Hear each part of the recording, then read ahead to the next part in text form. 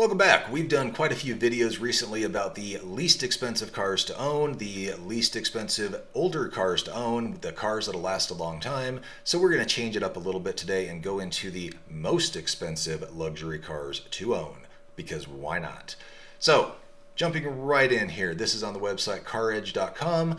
And it starts right out with number 15. Now over here we'll actually go through the entire list, but the number 15 most expensive car to own is the Bentley.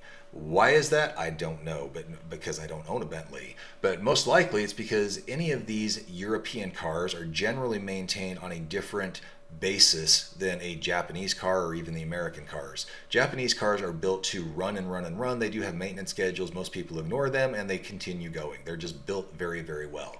European cars, and I have owned a couple of BMWs, but the European cars are generally built to be maintained as you go. There will be things that will go out and maintenance schedules that need to be watched. Certain things that have to be done as you go through. We owned a Volvo for a while also and loved that car. However, the maintenance schedule to go into the car and maintain it was very expensive at the intervals. If you maintain the vehicle as scheduled, they generally will last several 100,000 miles. But if you do not, if you abuse the car like you might a Toyota, it's not going to last near as long. What I will also say though is these cars are generally performance based and they do perform better than a lot of the Japanese cars. The BMWs and the Volvos that I've owned were quick, fun to drive. The interiors were built better with higher quality components.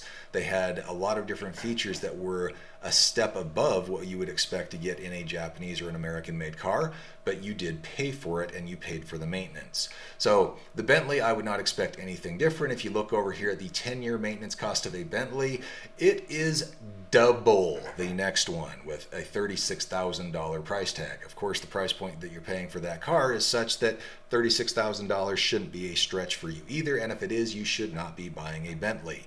That's why I don't own one. Number 4 is a car that my wife loves, the Land Rover. Land Rover is known, though, world over for being a very expensive car to maintain. I was talking with one of my coworkers who owns one and has owned one for a number of years. It has, I believe, almost a couple 100,000 miles on it. He says he expects to spend $6,000 to $8,000 in maintenance on that car every single year. So make sure you're expecting that. Land Rover here, 10-year cost of maintenance, it says it's $18,000. I'm not sure that that's accurate though, based on experience of other people that I have known. Also, parts for these cars, especially the Land Rover, are ridiculously expensive. Years ago I was talking to someone that had a CD holder in their car, and for those of you who don't know what CDs are, look it up online.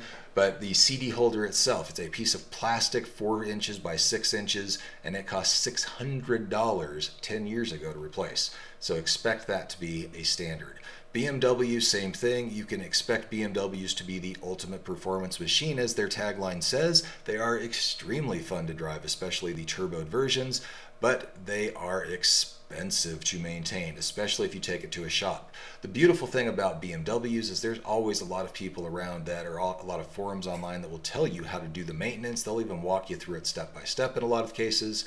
You can't expect it to be expensive, but however, if you do the maintenance yourself, because of the aftermarket support, they're not that difficult to maintain and you can bring those costs way down.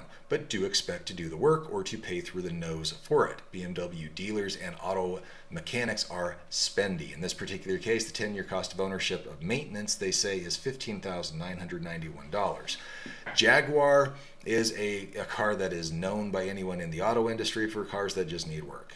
For whatever reason, they are not going to be the reliable Toyota that you park in your driveway and just drive and ignore the maintenance. If you ignore the maintenance, these cars are going to be expensive.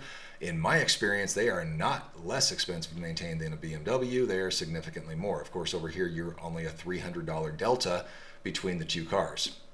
Mercedes-Benz, same thing. These cars will last a long, long time. However, you do have to expect to maintain them.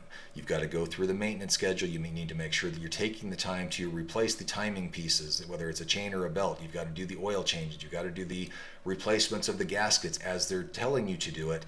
And if you do, these will be great fun cars to drive. The interiors are usually built much better than their Japanese or American counterparts, but you can expect them to not be as reliable or if you don't maintain them, or if you do maintain them, they can be as reliable. You just have to make sure that you're following those schedules.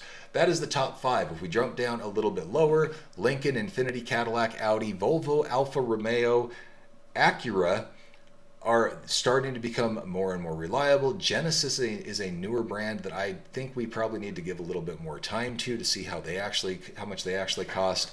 And then, no surprise, Lexus, which is owned by Toyota, being number 2 of the most expensive, which actually, if you flip it around to the best, makes it number 2 on the least expensive to maintain. And number 1 on these is Tesla. This is the 10-year cost of ownership.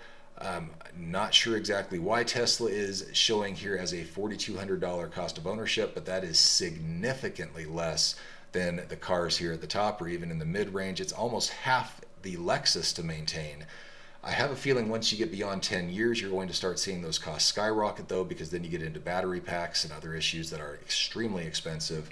However, this is the ranking. So I hope this has been helpful to you. If it is, please give us a like down below. If you'd like to see more videos like this, consider subscribing to the channel. And if you know someone who may benefit from this, do consider sharing. Thanks for being here. We'll see you on the next one.